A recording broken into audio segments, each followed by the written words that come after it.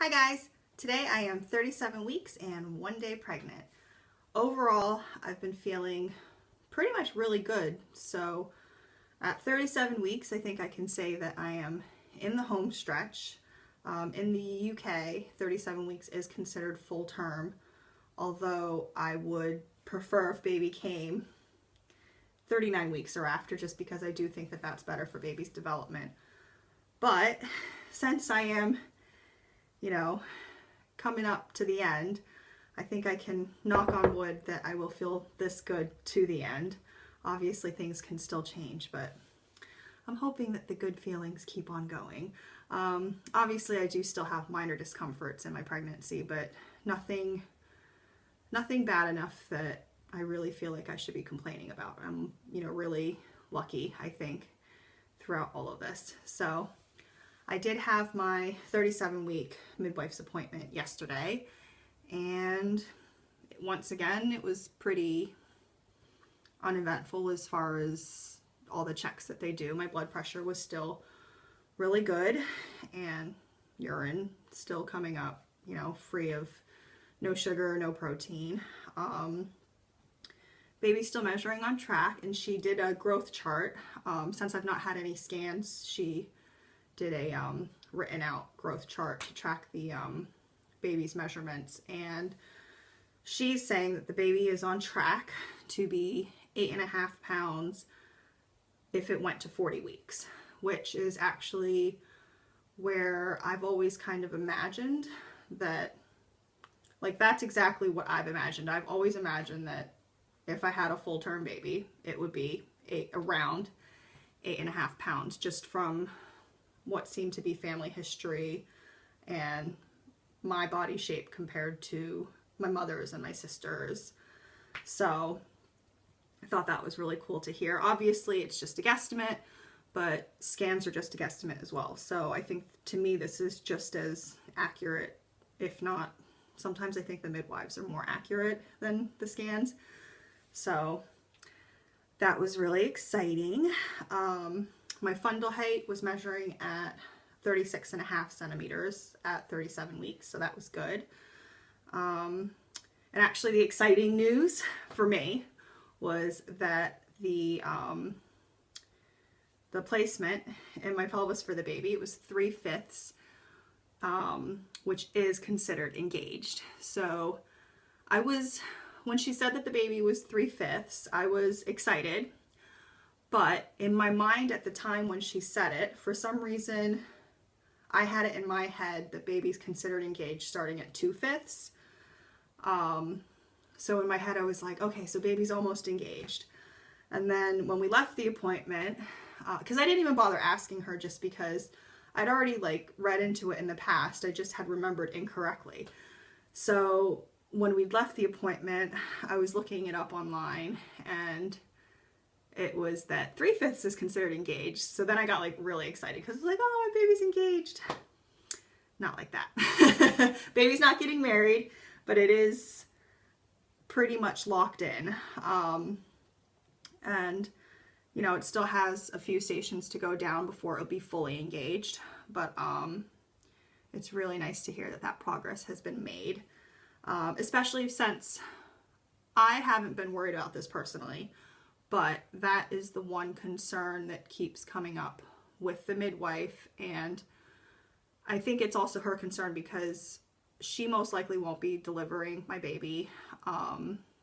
There is a very slight chance that she would, but it depends on who's on call when I go into labor. So I don't know who's going to deliver my baby. But one of the big concerns is, since I've not had any scans, which is just what they call ultrasounds out here, there is the possibility that I could have placenta previa.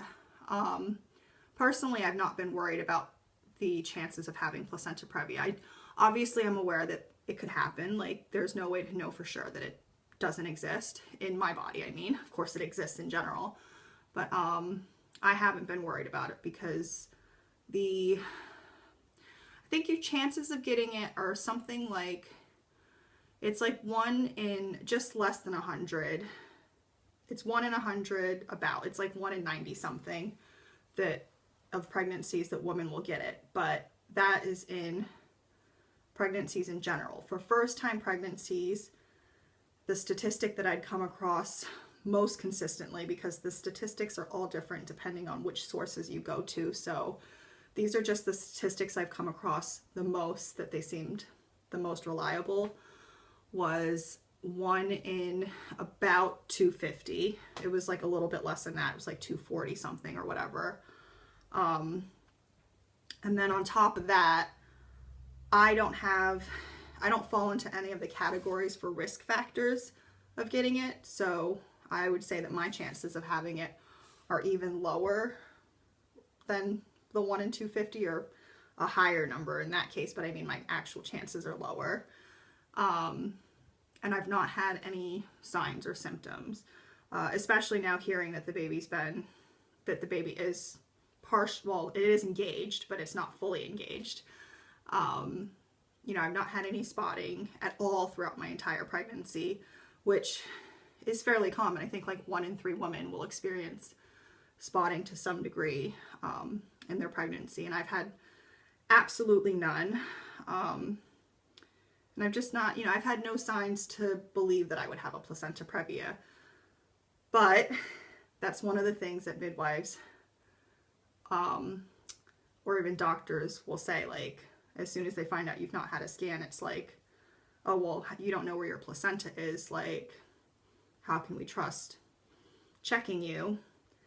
You know, because obviously there is a chance for a bleed then, if the placenta's in the way for the baby to come out. But if once baby is engaged, it means that at most right now I could only possibly have a partial placenta previa, not a full placenta previa. And if baby gets to the point where it becomes fully engaged, then there's no chance of me having a placenta previa, because there's no way that the baby could get that far into the pelvis with the placenta in the way.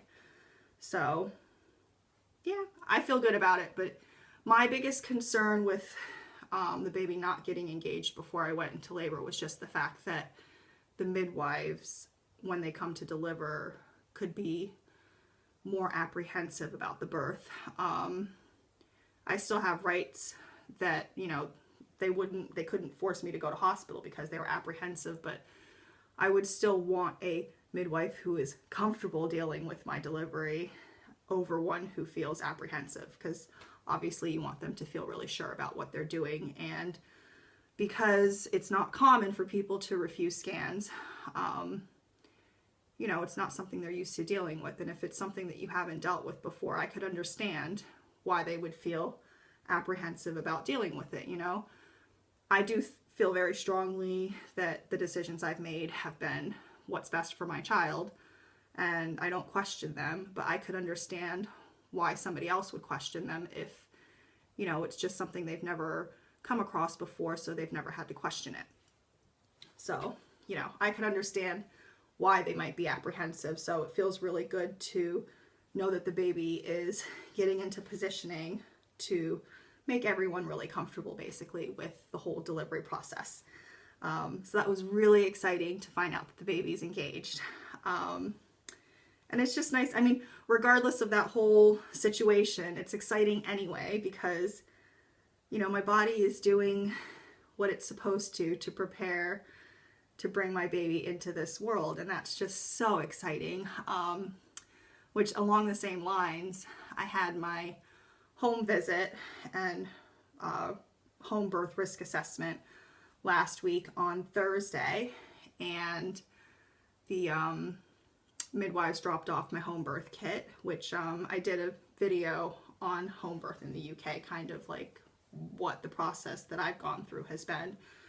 But now it's like I have a little section set up where I have everything for the home birth set up, and now whenever I look at it, it just makes me so happy. I get so excited because I look at that area of the house and it's like I just have this calmness, because I know that everything is ready for when the baby comes, and I know that, you know, anything could happen when you go into labor, like all sorts of things could arise, but I just feel so excited because I know that everything is ready. Like, you know, it could throw what it wants to at me. Like, I feel very prepared. So it's just so exciting. It like makes me so happy to see it because it reminds me that, like, you know, I'm gonna meet my baby soon.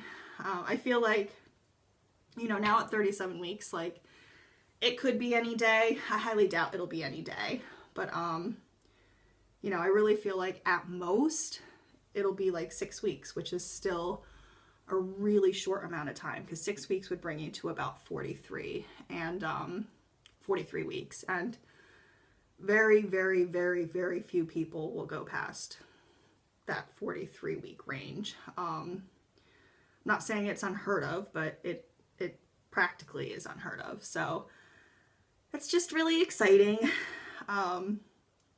Yeah, so also at my appointment yesterday, I had my blood taken, so I should have results for my next appointment, which is not next week, it's at 39 weeks. So in the UK, they don't, I think in the US it's more common to have weekly appointments at this point.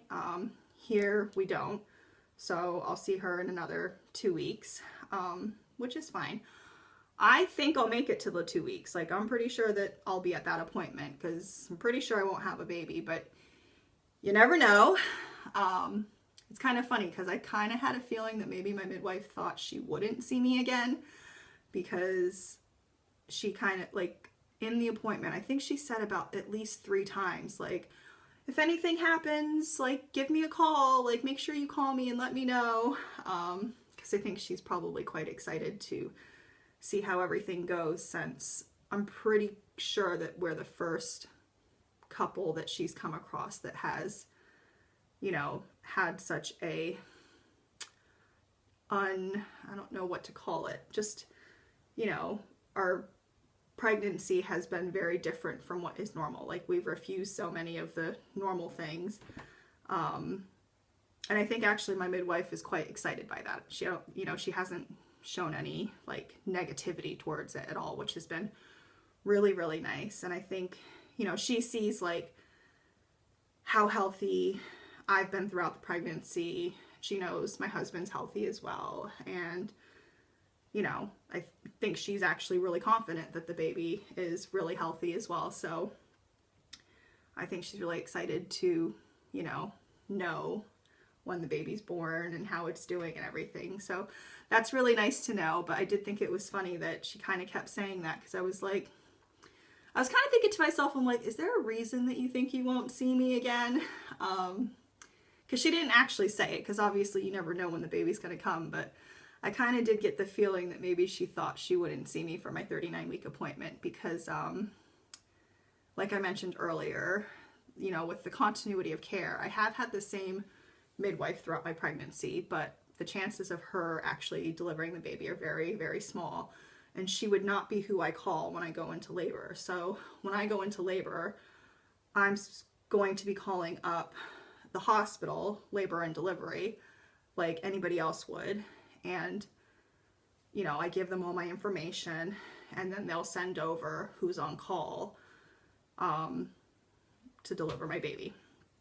So that was that. Otherwise for this week, like just symptoms wise, my insomnia is going strong. I think it's consistently getting, I'd say, worse and worse, except it doesn't affect how I feel throughout the day. So even though I've been sleeping less and less throughout the night, I'm still awake throughout the day. You know, I'm not extra tired because I haven't slept, so that's kind of weird. But yeah, I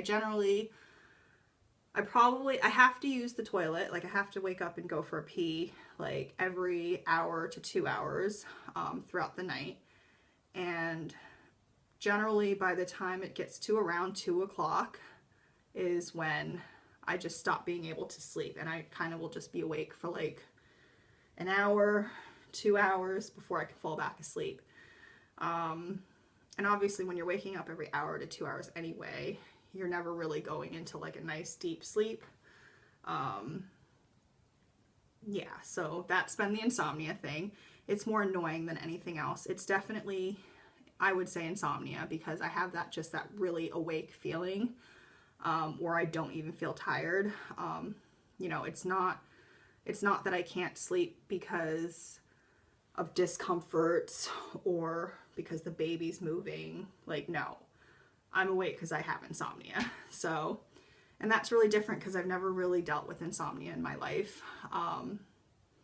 You know, everybody has like random nights where they can't sleep, but I've never had it where it's like been continuous. Another thing I've been doing is nesting has really been going strong. You know, at one point I had done all of my nesting so early in my pregnancy that in my mind I was like, ooh, what am I going to do later? Like when the nesting urge hits me.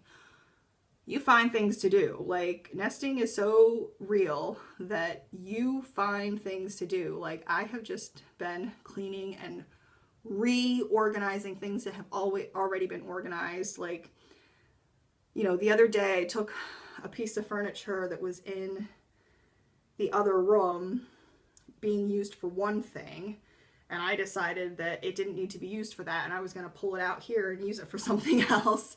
It wasn't a heavy piece of furniture, or I would have made my husband do it, so don't worry about that.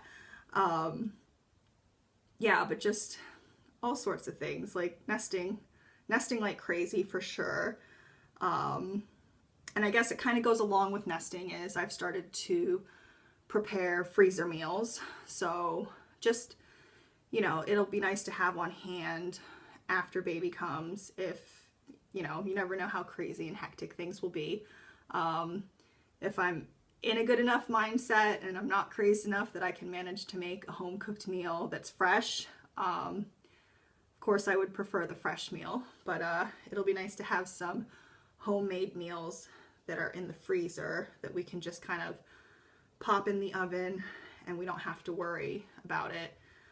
Which I say pop in the oven because we don't actually own a microwave, which I'm completely fine with. I have no desire to own a microwave, but it has made doing the whole freezer meal thing a little bit more challenging in the sense that I think a lot of people who do the freezer meals kind of make things that they can put in the microwave, whereas I have to think about things that I can make that will reheat in the oven well, which is fine. But yeah, so I've been preparing freezer meals, and honestly, because they're freezer meals, they're like not the healthiest things. They're all vegan, of course, but it is definitely more along the lines of, I'd say half and half. Like, kind of like, part of me says vegan junk food, but I think most people wouldn't consider it to be junk food.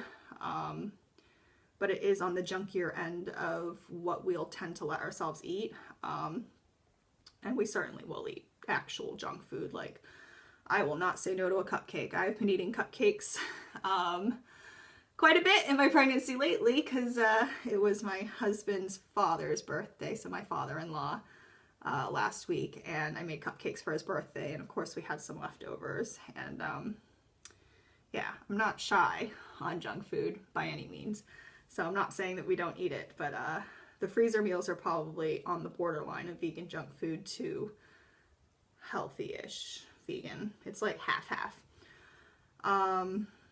Another nice thing about this week is my husband is off of work this week, so I have a nice little list of to-dos that I needed him to take care of, and it kind of goes along with nesting, but it's the things that I'm not able to do, like, like installing a car seat for the baby. Like, we have the car seat, but it still needs to be put into the car. Now, we only have one car, so if he's at work, like, I can't install the car seat. So little things like that, nothing like huge, but definitely nesting related kind of things. Like, I had him, we switched out the table that we were using for our computer in the computer room, office, whatever you want to call it. Yeah, so that's been my week. I've definitely talked long enough, so I'm going to show you my bump, and I'll see you guys next week. So this is my 37-week and 1-day bump. You can kind of see, actually, I didn't think it would show, but it's a little bit more bulged on this side than it is on this side. I don't know how noticeable that is, but That's basically because baby is on the left-hand side. And I'm pretty sure this extra bulge is kind of the, I think, because I know how the baby's positioned, that's actually the baby's shoulder sticking out. And then you get up to here and it's not sticking out so much at the moment, but sometimes it's not its butt. I always say it's its butt, but really it's its hip is sticking out because its butt would be more on the side. So it's funny because like I have this extra piece that always hangs down here that isn't on this side that I'm pretty sure is the baby's shoulder. So that's kind of cool. Surprisingly, the stretch marks that I had stretch marks pretty early in the pregnancy, I think around maybe 30 weeks or so. I don't really remember when they came up, but they haven't gotten any worse at all. And now I'm 37 weeks pregnant, so I don't know. I don't really expect them to get any worse.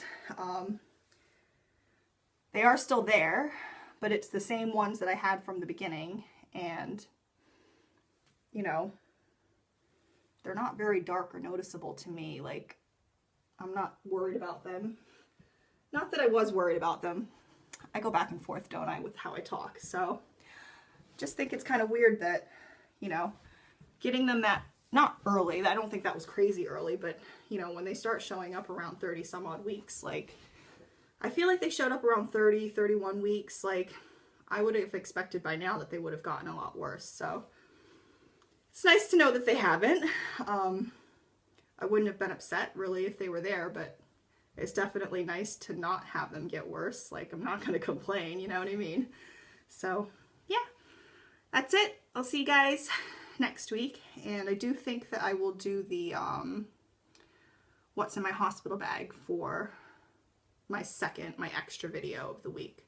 So bye guys, have a good day.